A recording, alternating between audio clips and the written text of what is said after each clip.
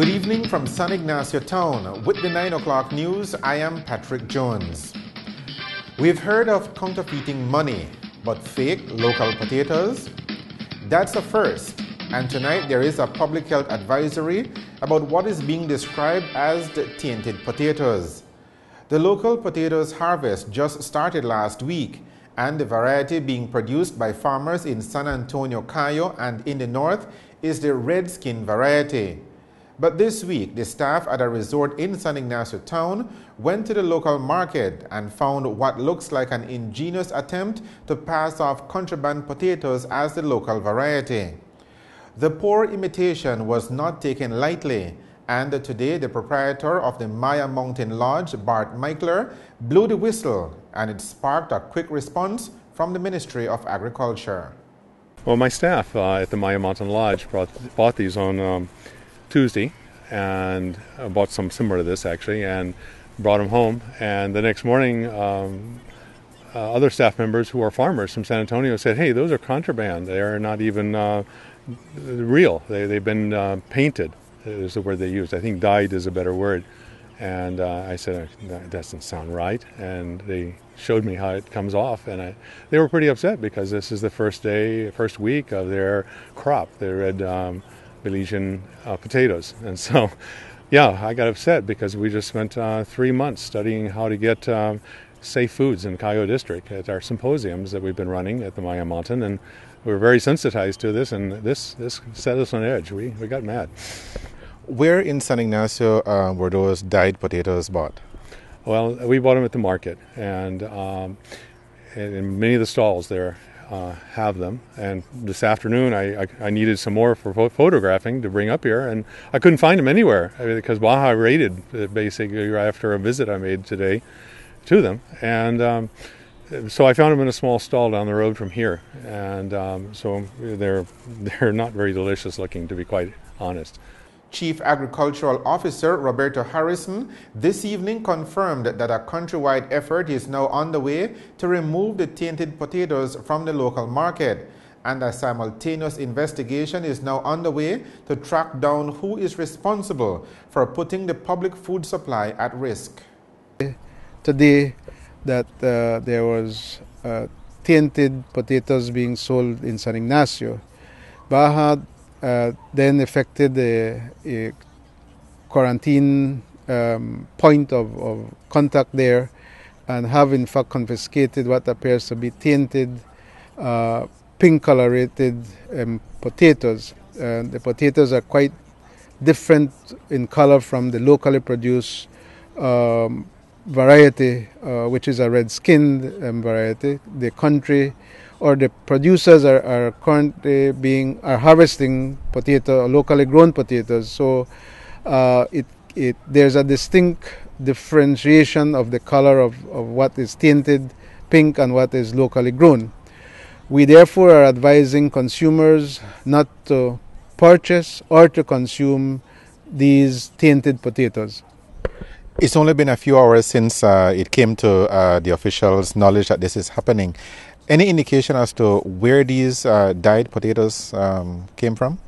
We have no idea. We are still working on that to establish. We know that we had issued the last permits to import potatoes the 8th of January. That would have allowed for a 2 or 3 weeks window for that amount to be imported, so that it didn't clash with the locally produced potatoes which started to come in last week. So we're still establishing, we're still working on fine-tuning at which importer or group of importers would have still imported potatoes of recent. Now, clearly it would appear to me as if though a crime has been committed and putting the public food source at risk. That is an assessment that could possibly be made. We will, however, make further chemical analysis or lab analysis of the coloration of that potato to determine exactly what if it's a dye or if it's whatever other chemical that may be dangerous to humans. Harrison says officials of the Belize Agricultural Health Authority are actively engaged in investigating the contraband potatoes and asks consumers to thoroughly check their potatoes to ensure that they are the local variety which do not require painting or dyeing. We are doing a widespread countrywide confiscation of the dyed, tainted potatoes. If anybody had bought it and it's now sitting on their kitchen counter, what should they do with it? Please bag it and put it aside. We'll also be trying to work out some compensation that if it's in large amounts, then, or if it's one or two, just throw it away and don't consume it. So you say you're considering compensation, but no decision been made yet to compensate consumers who might have bought these dyed potatoes? Well, the compensation would have to come from the source that sold it, because again, they should have observed that in fact those potatoes were not healthy to be selling to consumers. I took it into Baja and they put alcohol on it and it came off, and they said they had never seen this type of thing before. They were very concerned and took it very seriously. I called back about 3 o'clock to the head of quarantine, and he reconfirmed this is something that they don't think is right, and that they are confiscating them everywhere, countrywide, they said. Locally grown potatoes are supplied to the local market by producers in San Antonio Village in the Cayo district and on a smaller scale by farmers in the north. The local harvest will continue for the next 3 months, and Harrison says no other potatoes is being allowed on the market to give local farmers a chance to get their products sold. The potato harvest started last week and it continues for the next 2 or 3 months. We expect to have at least between 500,000 to 800,000 pounds of locally produced potatoes within this period here. I know your investigation is still in its infancy, but could this have been just potatoes that have been in the warehouse and somebody, instead of losing all that money, decided to recoup some of what they would have lost? I doubt it very much. Again, this seems to be an intent to have that potato appear to be a locally produced potato. The chief agricultural officer says that Baja will conduct chemical testing to determine the composition of whatever was used to colorize the Irish potatoes. A $39 million arbitration award granted to the Belize Bank Limited by the London Court of International Arbitration in January of 2013 cannot be enforced because, according to Supreme Court Justice Shauna Griffith, it would be contrary to public policy. That decision handed down this morning in the Belize Supreme Court, and Justice Griffith declined enforcement of the award, saying that government needed parliamentary approval to enter into a loan guarantee with the Belize Bank Limited on behalf of Belize Healthcare Partners Limited, which bought the assets of the former Universal Health Services in 2008 under a settlement agreement. The bank was gifted $40 million from the government, consisting of separate $10 million amounts from Venezuela and Taiwan. But the Venezuelan money was ordered to be returned to the central bank as it was intended for a different purpose. Additionally, Belizeans greatly disliked the notion of public funds being used for private ventures, such as the Belize Healthcare Partners UHS case. While the executive could enter the contract, the court said that without approval of the legislature, it found difficulty seeing a way to enforce payment of the monies granted under the arbitral award. This is because the Finance and Audit Reform Act, brought into force in 2005, legislates that such approval is needed for any loan over $10 million. Speaking after the judgment, attorney for the government senior counsel Dennis Barrow commented on the substance of the decision. The court said that the executive is basically always entitled to enter into agreements, including loan agreements. The problem is that entering into an agreement, making an agreement, and enforcing that agreement are two separate stages.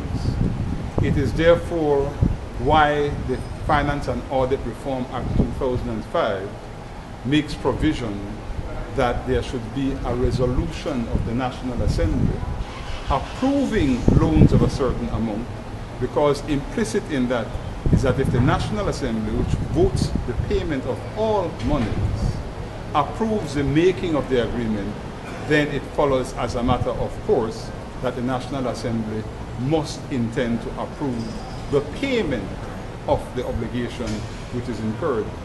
But if there has been no parliamentary approval, but simply the making of the agreement by the executive, by the government, then the question of getting paid is a separate question, and you cannot get paid unless the National Assembly approves the paying of the money. Were the actions of then Prime Minister Said Musa's administration in 2007 illegal? Barrow was not willing to go that far, but said the government was not properly advised and moved without looking at the consequences. The question of acting improperly is not, well, improperly in terms of law. It was an ill-advised or a deficient approach that they took. And the consequence is what we have now seen. If you do not get approval, then unless you go back after and get approval for the payment, you cannot pay out the money. So is this the end of this $39 or $44 million litigation surrounding this? Oh, absolutely not. We have every confidence that this will go to the CCJ, because I am sure that the Belize Bank will appeal, and as the judge gave, I think with respect, a brilliant judgment. She analyzed and outlined to us all the issues, and it's a finely balanced question. She held against the government on two aspects, held in our favor on one aspect, which was the decisive aspect. But I think whoever won at the High Court, at the Supreme Court, will appeal to the Court of Appeal, and I think whatever the outcome at the Court of Appeal, there will be a further appeal to the CCJ. The court disagreed that there was double compensation in play or that the arbitration panel was improperly constituted, meaning the case turned on the issue of public policy. The defendants were awarded half their costs to be assessed if not agreed. The Caribbean Court of Justice decided a similar case in 2013 from BCB Holdings in favor of the government on tax regimes, which formed a major basis for this decision. The government has also planned to challenge the $41 million awarded to British Caribbean Bank for a loan to Belize Telemedia Limited in 2007, which was acquired by government in 2009. Lord Michael Ashcroft and other representatives of the Belize Bank were at court this morning for the judgment, but conspicuously avoided the media by leaving through the back of the court. This afternoon, we heard from attorney representing the Belize Bank Senior Counsel Eamon Courtney. Justice Shauna Griffith's decision not to enforce the arbitral award was, in her words, finely balanced. And what tipped that balance was the issue of whether the award could be enforced contrary to public policy. The government paying for monies it did not approve to be used from the Consolidated Revenue Fund, as the grants from Venezuela and Taiwan were to be used for other purposes. According to Courtney, with due respect to the judge and her careful and fine analysis, the award still exists and it needs to be paid. That, he said, is what compels his clients to pursue appeal to the Court of Appeal and ultimately to the Caribbean Court of Justice, in what the attorney admits has been a 6-year war between Lord Michael Ashcroft's various business interests and the current administration. All right? So it is not that the court has found that the government doesn't owe. An arbitral tribunal established that that money is owed by the government of Belize. The sole question was a technical one as to whether there was compliance with the Constitution. At the end of the day, I can tell you this. There is no court that has said that the loan note is unconstitutional or invalid. In fact, you will recall that the Privy Council held that the loan note was not a violation of Section 7 of the Finance and Audit Reform Act. And so I can expect that very shortly the Belize Bank is going to institute another claim, and we're going to sue on the loan note to recover the debt that is owed to the bank. The long and short of it is that the money is owed.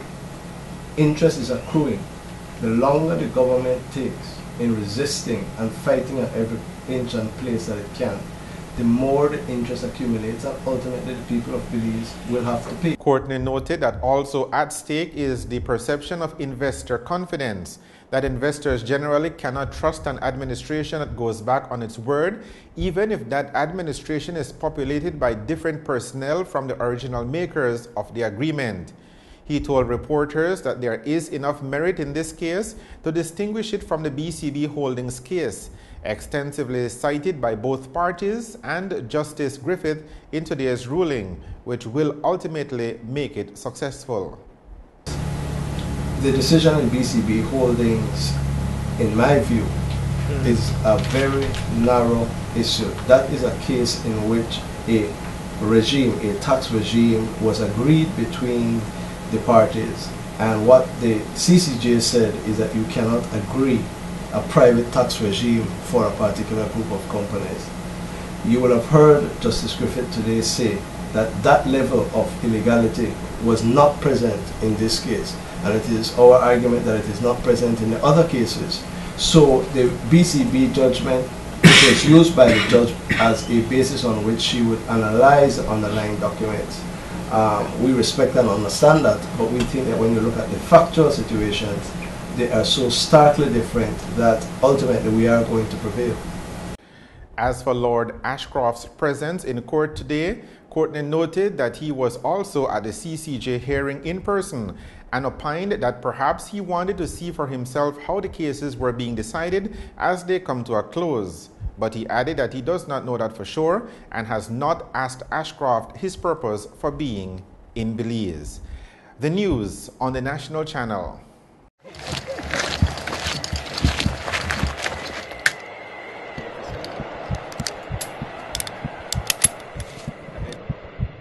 We all have our bucket list and plan to start fulfilling them someday. Anytime now. Don't worry, babe. You can do it. Go, Mom! You can do this!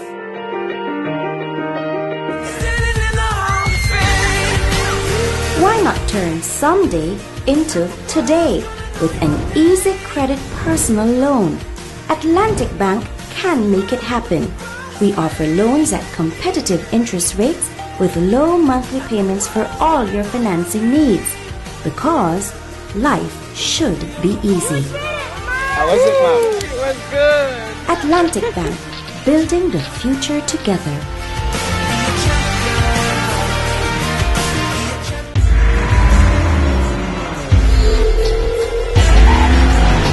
Precision handling, high performance braking, smooth and comfortable ride.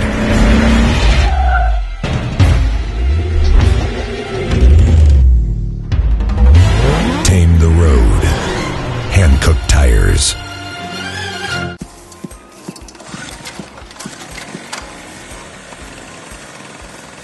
My dad never misses a football match. Me neither.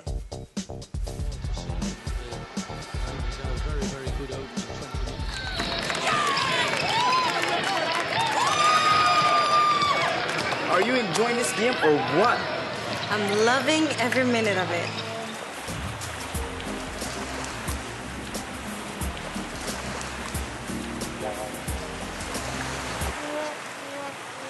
I can't miss this game, but I can't see it either. Here, now you can. The game's on me. Now, wherever there's internet, you don't have to miss a single minute of TV. And the best part of MyTV is its cost as little as $10 monthly for Central TV and Internet's customers.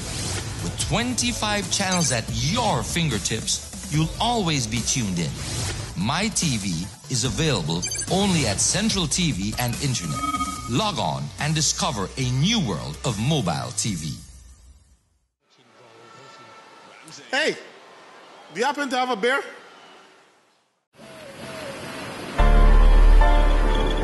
When I exercise, I do only the most rigorous and complex techniques to challenge my body and keep it at its best. When I am building my body strength, I go for the heavy weights to keep my muscles challenged. When I prepare my meals, I make sure everything is fresh and tap into all my food groups. When I need internet service, I use Smart Zoom service to ensure reliability and speed. I am Rigo Veos, two-time Mr. Belize. I use only the best. I choose smart, and so should you.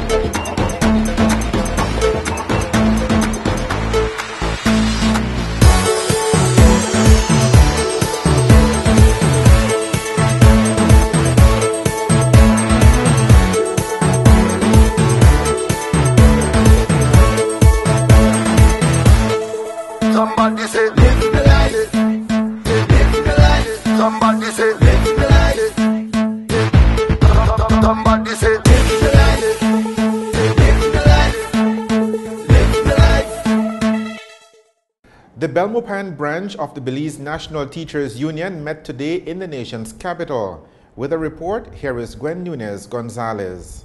Members of the Belize National Teachers Union, BNTU Belmopan branch, accompanied by the National President, Mr. Luke Palacio, and National Secretary, Ms. Keisha Young, gathered at the George Price Center for Peace at 1:30 p.m. in Belmopan for the General Assembly. One of the topics discussed was the 45th annual convention that will be held at Mount Carmel High School in Benquevejo del Carmen Town, April 7th to the 9th, 2015. One highlight of the convention will be the election of new executive members, and National President Luke Palacio has informed the teachers that he will be contesting the election. The theme for that convention is BNTU, Promoting Equity, Democracy, and Social Justice for all Belize.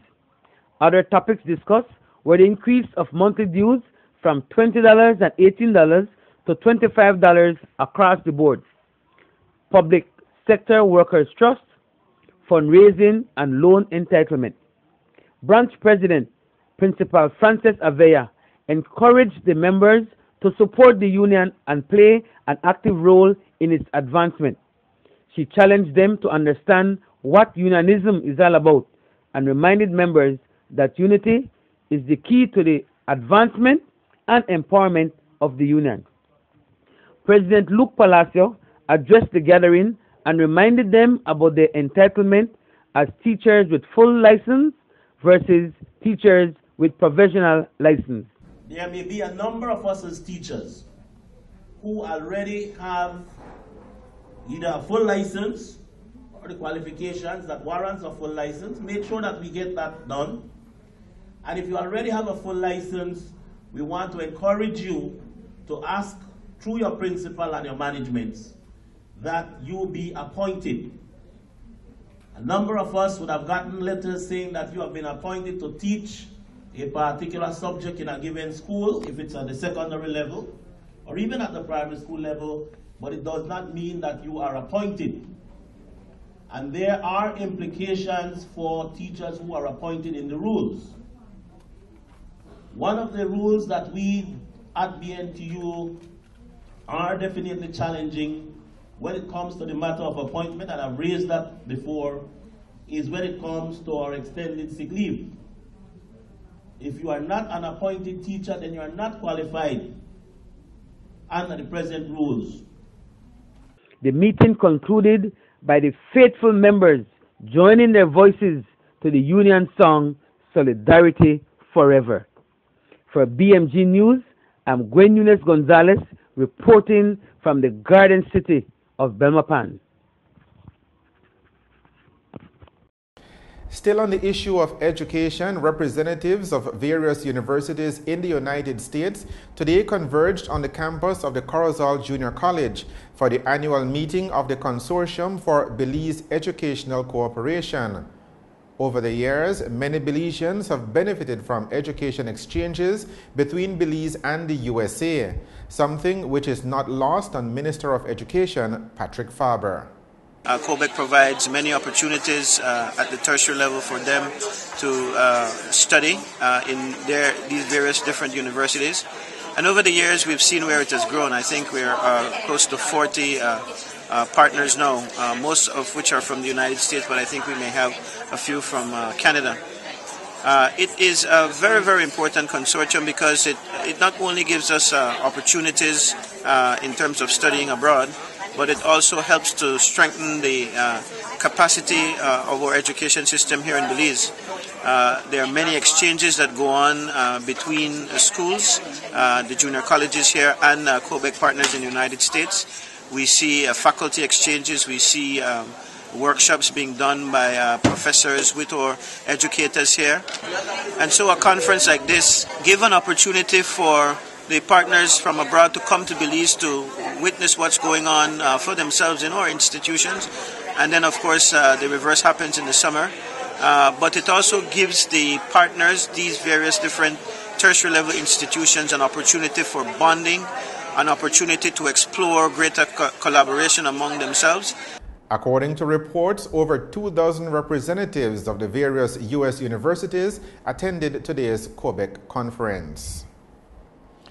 A collision on Wednesday afternoon between a truck and a motorcycle has claimed the life of one man in Spanish Lookout. The victim has been identified as 19-year-old Joshua Garrido, a resident of Duck Run 2. The crash happened just after 3 o'clock yesterday afternoon. According to police reports, a truck and the motorcycle were going in opposite directions when the incident occurred at the top of a hill on Route 40. Indications are that the driver of the truck swerved to avoid hitting the motorist, but he still crashed into the side of the truck. Garrido sustained massive head and body injuries and died at the scene. Police say they observed skid marks on the road, suggesting that the driver of the truck had applied his brakes.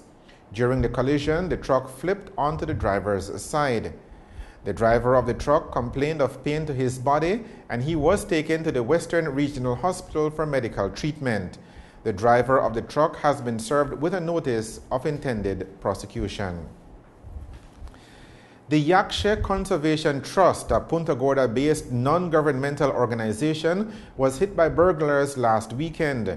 According to the executive director of the organization, Christina Garcia, $10,500 worth of electronics and other items were taken in the break-in at the NGO's office on Alejandro Vernon Street in Punta Gorda town. And this ranged from digital cameras, GPS, some monies we had in the office, 2 laptops, and several personal items like digital cameras were stolen from employees within the organization. When did this burglary happen? We assume that the burglary happened sometime during Saturday night or Sunday night. However, that is unclear at the moment. But it happened during the weekend, that last weekend, yeah. How will this burglary and the theft of the items affect the work of the Yakshe Conservation Trust? It won't necessarily affect the work that we do here at Yakshe Conservation Trust, because these were like items that could, easily be replaced. What we were more worried about was the information that we had back up on our server, but that has been untouched. that information they did not take with them, and most of the information that we had in the other laptops were already backed up, so there will be no sort of like intrusion in terms of our work forward. Now, if anybody knows anything about this, you're asking them to call either the police or your office? Yeah, they can contact the police or they can contact our office if they see anything suspicious, if they, recognize some of the items. Some of the items had sticker on it, sticker on it. So if they recognize some of the items, they could call our office at 722-0108. Garcia says this is the third time that the offices of the Yakshe Conservation Trust has been burglarized. The weather changed this afternoon with the approach of a cold front. We'll have your weather outlook right after these messages.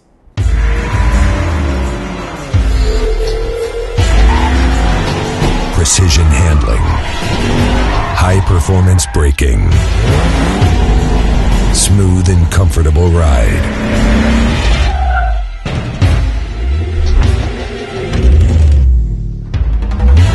Tame the road. Hankook Tires.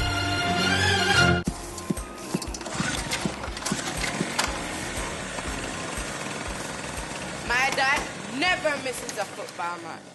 Me neither.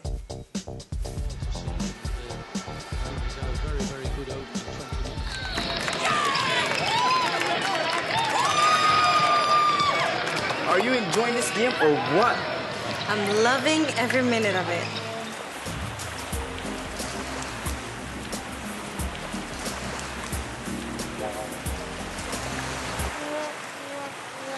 I can't miss this game, but I can't see it either. Here, now you can. The game's on me. Now, wherever there's internet, you don't have to miss a single minute of TV.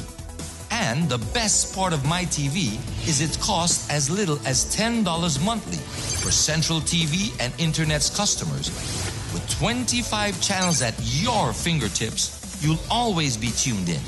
MyTV is available only at Central TV and Internet. Log on and discover a new world of mobile TV.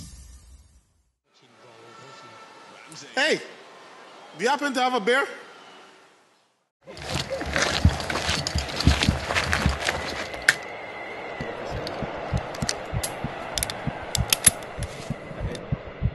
We all have our bucket list and plan to start fulfilling them someday. Anytime now. Don't worry, babe.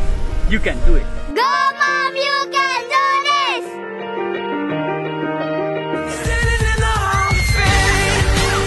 Why not turn someday into today with an easy credit personal loan? Atlantic Bank can make it happen. We offer loans at competitive interest rates with low monthly payments for all your financing needs, because life should be easy. How was it, Mom? It was good. Atlantic Bank, building the future together.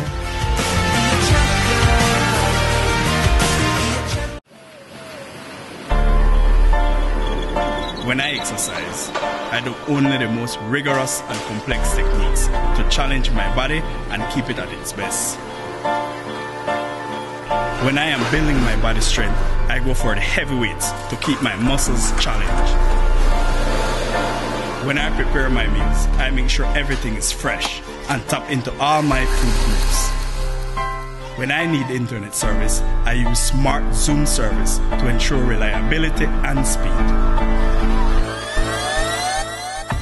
I am Rigo Veos, two-time Mr. Belize. I use only the best. I choose smart, and so should you.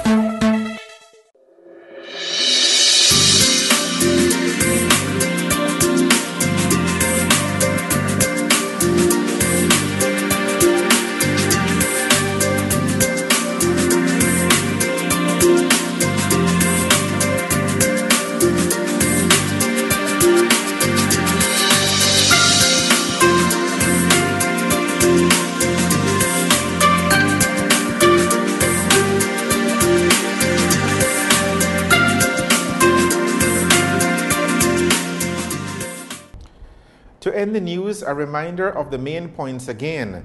The Belize Agricultural Health Authority, BAHA, is investigating a case of contraband Irish potatoes.